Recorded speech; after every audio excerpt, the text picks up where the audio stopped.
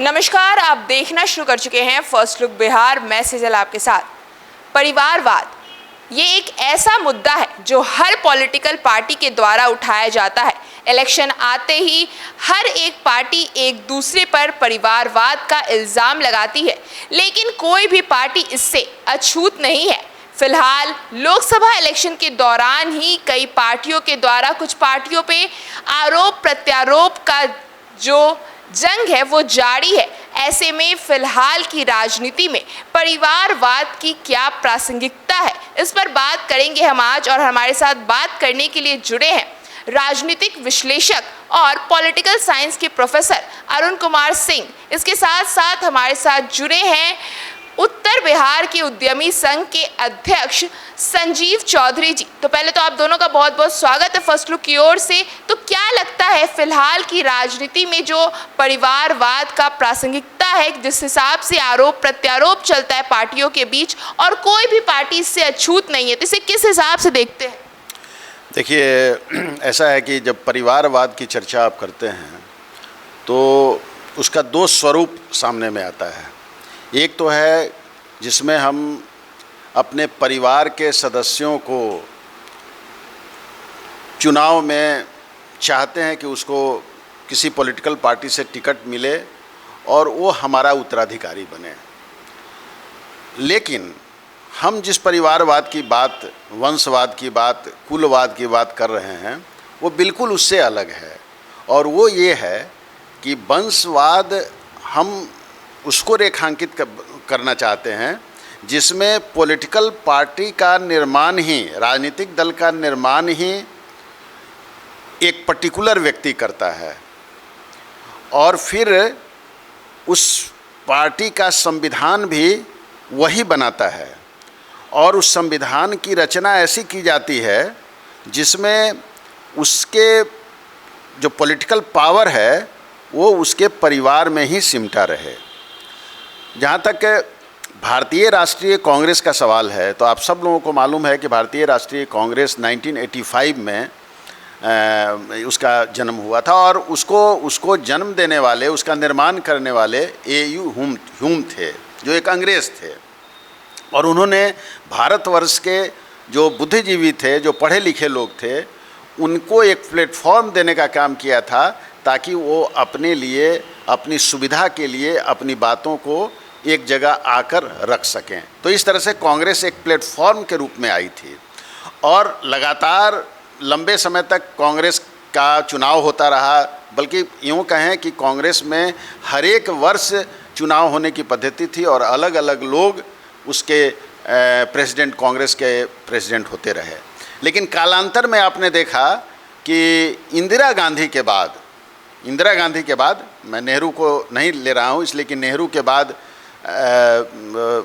वो लीगेसी इंदिरा गांधी को डायरेक्ट नहीं मिल गई थी। लेकिन उसके बाद एक ये चला कि जिसमें अब कांग्रेस पार्टी नेहरू गांधी परिवार के इर्द गिर्द घूमने लगी और नेहरू गांधी परिवार ही उसको संचालित करता है। अगर कोई, ठीक है, कोई जैसे अभी मल्लिकार्जुन खड़गे भारतीय राष्ट्रीय कांग्रेस के अध्यक्ष हैं, लेकिन सब लोग जानते हैं इस बात को कि वो एक कदम भी अपने मन से नहीं उठा सकते हैं जब तक कि उनको परिवार से ग्रीन सिग्नल नहीं मिलता है। उसी तरह से देखा कि 10 साल तक मनमोहन सिंह, 2004 से 2014 तक मनमोहन सिंह प्रधानमंत्री रहे और चूँकि उन्होंने विदेशी मूल का होने के कारण उन्होंने, या जो भी कारण रहा हो, उन्होंने रिफ्यूज़ किया था सोनिया गांधी ने। लेकिन परिवार ने ही भारतवर्ष को उस पीरियड में, उस 10 वर्ष के पीरियड में परिवार ने ही, सोनिया गांधी ने या उनके पुत्र ने इनडायरेक्टली उसको चलाया। और उसका प्रमाण भी मिला कि जो चीज़ संसद से पास होके जो बिल सब आए उसको 1 मिनट देरी नहीं लगी और सार्वजनिक रूप से राहुल गांधी ने फाड़ने का काम किया। इसका मतलब कि वो समझते थे कि साहब कि ये पार्टी हमारी है, ये सरकार हमारी है, तो अगर कोई हमारे मन के खिलाफ कोई कानून अगर बन गया है तो उसको फाड़ देने का, वो भले ही संसद से क्यों नहीं पास हुआ हो, लेकिन उसको फाड़ के फेंक देने का अधिकार है। तो ये है। क्षेत्रीय पार्टियां जो हैं वो तो बिल्कुल परिवार पर आधारित पार्टियां ही हैं, कुछ को छोड़ के। जैसे आप बिहार के अंदर जेडीयू को देख सकते हैं कि जेडीयू जो है वो नीतीश कुमार जी ने समता पार्टी के रूप में उसको आगे बढ़ाया था जॉर्ज फर्नांडिस और वो मिलके, और उसमें कोई उनके फैमिली का कोई आदमी आगे अब नहीं दिखाई पड़ रहा है। लेकिन आप अगर जेडीयू को छोड़ दें या फिर बीजू जनता दल जैसे है उड़ीसा में, तो उसको भी अगर आप छोड़ दें, चूँकि बीजू जनता दल में भी कोई आगे का कोई ऐसा व्यक्ति नहीं है कि जो उनका संभाल सके। तो इस तरह से आप देख रहे हैं कि ये चीज़ें जो हैं ये क्षेत्रीय दलों में ज़्यादा हो रही हैं, और क्षेत्रीय दलों का जो होराइजन है वो बिल्कुल परिवारवाद की तरफ, कुछ एक जो मैंने कहा कि जैसे जेडीयू और बीजेडी वगैरह को छोड़ दिया जाए तो वो लोग बिल्कुल परिवारवाद को ही केंद्र कर रहे हैं। इसमें आपका क्या कहना है? अभी जो आप सवाल किए हैं, जो मुद्दा आपका है परिवारवाद की प्रासंगिकता, अभी हर चुनाव में ये मुद्दा उठ के आता है, परिवारवाद वंशवाद की बातें उठ के आती है। अब तो हम समझते हैं कि मेरा अपना कहना है परिवारवाद के मुद्दा को उठाना ही नहीं चाहिए, चूँकि अभी मुद्दा रहा ही नहीं, एस्टेब्लिश्ड हो गया है। ये परिवारवाद की राजनीति जो है एस्टेब्लिश्ड हो गया है। अब आइए, अभी सर जो बता रहे थे नेहरू कांग्रेस की बातें बता रहे थे, इंदिरा गांधी के बाद जो एस्टेब्लिश्ड हो गया परिवारवाद कांग्रेस पार्टी में तो जितने भी दल हैं पूरी हिंदुस्तान में, सारे का निर्माण और विरोध जो हुआ वो हुआ क्या कहते हैं परिवारवाद के विरोध में। इधर गांधी नेहरू परिवारवाद का विरोध हो रहा था। आज क्या है आप गौर से देखिए, परिवार बिहार, उत्तर प्रदेश, पंजाब, हरियाणा ये और साउथ में जितने भी हर किसी दल के विशेष का नाम लेना नहीं चाहते हैं कि उसमें हो जाएगा कि भाई अभी चुनावी के समय में दल विशेष का नाम ले रहा है, तो मैं नहीं लेना चाहता हूँ। लेकिन आप देखिएगा तो हर जगह जितने भी क्षेत्रीय दल हैं वो एक पारिवारिक पार्टी है। और हम तो कहेंगे कि अब इसको इलेक्शन कमीशन से रजिस्ट्रेशन नहीं लेना चाहिए, इसको कॉर्पोरेट मंत्रालय से लेना चाहिए, प्राइवेट लिमिटेड कंपनी के रूप में, जिसमें उसके निर्माणकर्ता जो है चेयरमैन रहे, उसके परिवार के लोग डायरेक्टर रहे, सब कुछ। अब दिक्कत यहाँ ये है कि उस समय जो लोग विरोध कर रहे थे, आप थोड़ा 77 से पहले की बात मैं बताऊँ, जो भी लोग विरोध कर रहे थे वो सभी लोग वैचारिक लोग थे और राष्ट्र के प्रति उनका समर्पण था, राष्ट्र में निर्माण की बात सोचते थे। तो वो लोग जब विरोध कर रहे थे तो परिवारवाद का विरोध कर रहे थे, गांधी नेहरू परिवार का विरोध कर रहे थे। तो उनके उस समय तक के लोगों को देखिए तो उनके परिवार का कोई नहीं है। और एक कड़ी जब आपको क्या कहते हैं 89 में आया तो उसके बाद जितने भी पार्टी का उदय हुआ है सारे के सारे एस्टेब्लिश्ड कर गए परिवारवाद के रूप में। अब रीजन पर आइए कि रीजन क्या है परिवारवाद का रीजन ये है कि आज राजनीति सेवा का जगह नहीं रह गया, एक बड़ा धंधा हो गया, बड़ा उद्योग हो गया है और बड़े बड़े कॉरपोरेट घराने को मात देने का कमाई होता है। यहाँ इतने अकूत संपत्ति है लोगों के पास, तो उसका उत्तराधिकारी कौन बनेगा? स्वाभाविक रूप से उत्तराधिकारी उनका पुत्र ही बनेगा, उनके घर के लोग ही बनेंगे, उनकी पत्नी बनेंगी, क्योंकि उस अकूत संपत्ति के दूसरे को थोड़े दे देंगे।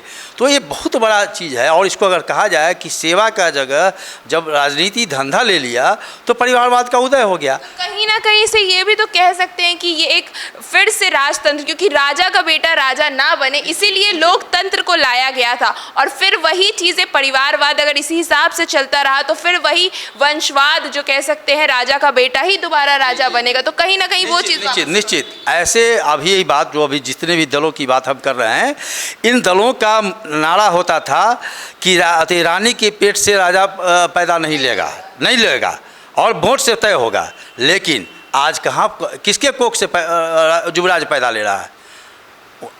आज जो बात कल होकर जिसका विरोध कर रहे थे तो परिवारवाद, आज तो कोई भी दल, कोई भी राजनीतिक नॉट ए सिंगल, अगर एक दो पार्टी राष्ट्रीय स्तर पर एक दो पार्टी को छोड़ दीजिए, वो कम्युनिस्ट हम बोल देते हैं कम्युनिस्ट है, और राष्ट्रीय नेतृत्व में भाजपा की बात कर दीजिए, और क्षेत्रीय दल में बिहार की परिवेश में जदयू की बात कर दीजिए। भाजपा भी तो कहीं ना कहीं गृह मंत्री के बेटे भी आते, ठीक है, लेकिन शीर्ष नेतृत्व में वहाँ आज भी परिवारवाद नहीं है कि भाई वहाँ ऐसा नहीं है कि आज मोदी जी के बाद मोदी जी का बेटा या राजनाथ जी के बाद राजनाथ जी का बेटा ही उसका नेतृत्व करता होगा, ऐसा अभी नहीं है। वहाँ अभी कुछ लोकतंत्र है और कम्युनिस्ट में तो परिवारवाद है ही नहीं। बाकी को एक जदयू बिहार में है जिसमें परिवारवाद का कोई अब कारण उसके क्या है भगवान जाने। अब गॉड नोज, हम नहीं जानते हैं कि नीतीश कुमार जी के पास वैसा उत्तराधिकारी नहीं था या क्या था, गॉड नोज, मैं नहीं जानता हूँ। लेकिन सतही तौर पर देखा जाए तो परिवारवाद से अछूता दल है जदयू, निश्चित रूप से, इसमें इसे इनकार नहीं किया जा सकता। बाकी कोई दल आप देख लीजिए, कहीं भी कोई क्या कहते हैं, सारे वही काम कर रहे हैं, वंशवाद को बढ़ावा दे रहे। कोई भी क्या किसी दल में उनके बाद जो नेतृत्व करता है उनके बाद उसके दल में कोई दूसरा योग्य नहीं है? क्यों, क्या उन्हीं के पुत्र में? हाँ, अब है क्या कि उनकी दुकान चल कैसे रही है। दुकान चलने का है कि ना जाने हमारे हम लोगों में एक गुलामी का भाव है। हम स्वतः मान लेते हैं कि आज हमारा ये विधायक था तो कल होकर उसके बेटा को अपने आप नेता मान लेते हैं, या कोई दल चला रहा है तो उसके पुत्र को, उसके पत्नी को अपने आप ऑटोमेटिक में नेता मान लेते हैं।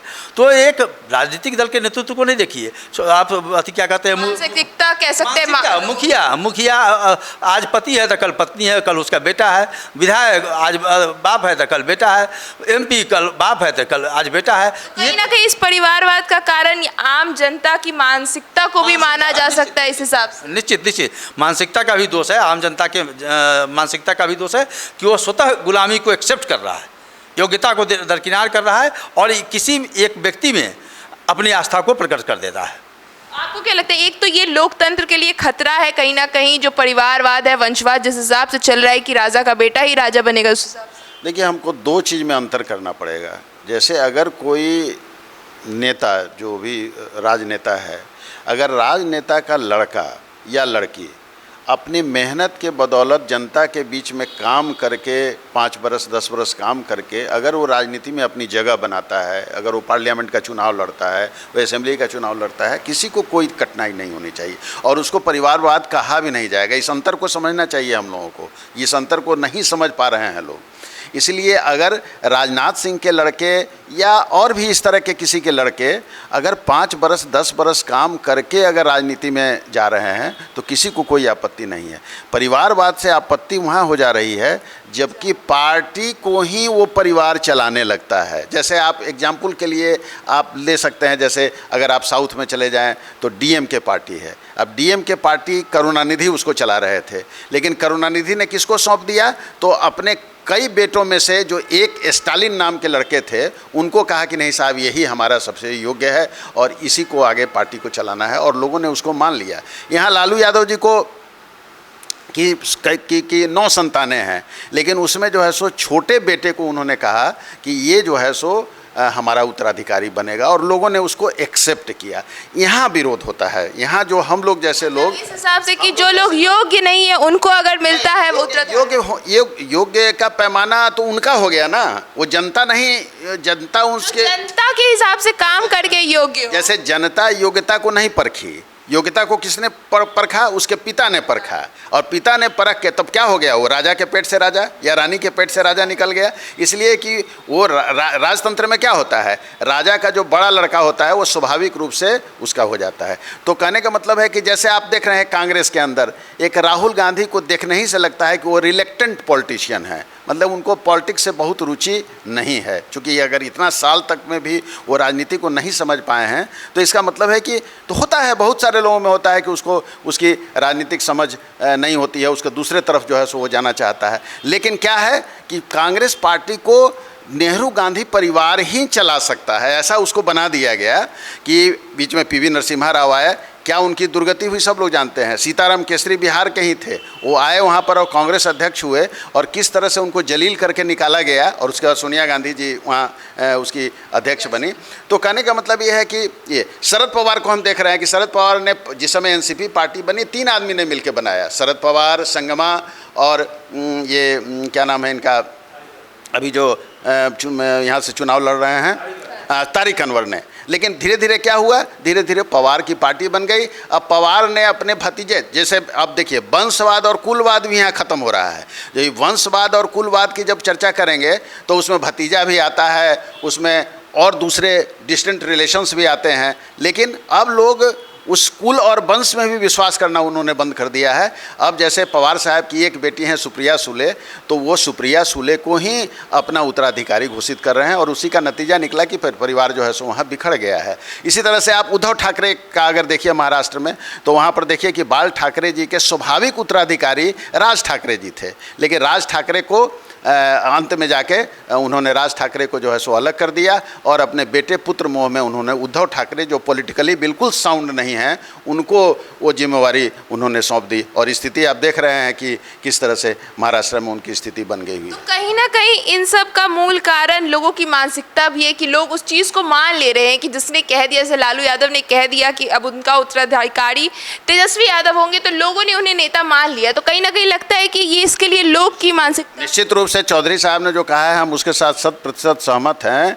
कि इन्होंने जो कहा कि भाई लोगों की मानसिकता कुछ जो हम लोग बहुत लंबे अरसे तक जो एक राजतंत्र और गुलामी में रहने की जो प्रवृत्ति हो गई है, तो हमको नेता के पीछे पीछे भागने की प्रवृत्ति हो गई हुई है। हम माला लेके दौड़ते रहते हैं और नेता जो है सो भागता रहता है, जबकि वो करने की कोई ज़रूरत नहीं थी, उसको भागना है, हमारे पीछे भागना है, लेकिन उल्टे हम ही उसके पीछे भागने लगते हैं। इस धूप में वो गाड़ी पर बैठा रहता है इस धूप में, और हम लोग माला लेके जो है सो इस लू में लू लगाते हैं और मरते रहते हैं। तो ये जो है सो बहुत ही मतलब एक निचले स्तर के, लोकतंत्र के लिए बहुत निचले स्तर की चीज़ है कि जहाँ तंत्र जो है और इस लोकतंत्र में लोग को मजबूत होना है, लोग को आगे होना है, तंत्र उसके पीछे पीछे चलेगा। लेकिन हमारा दुर्भाग्य है, भारतवर्ष का दुर्भाग्य कहिए या दुनिया का दुर्भाग्य कहिए, कि यहाँ पर तंत्र हावी है, तंत्र आगे रहता है और लोग उसके पीछे पीछे दौड़ता रहता है। तो क्या लगता है ये जो परिवारवाद जिस हिसाब से चल रहा है,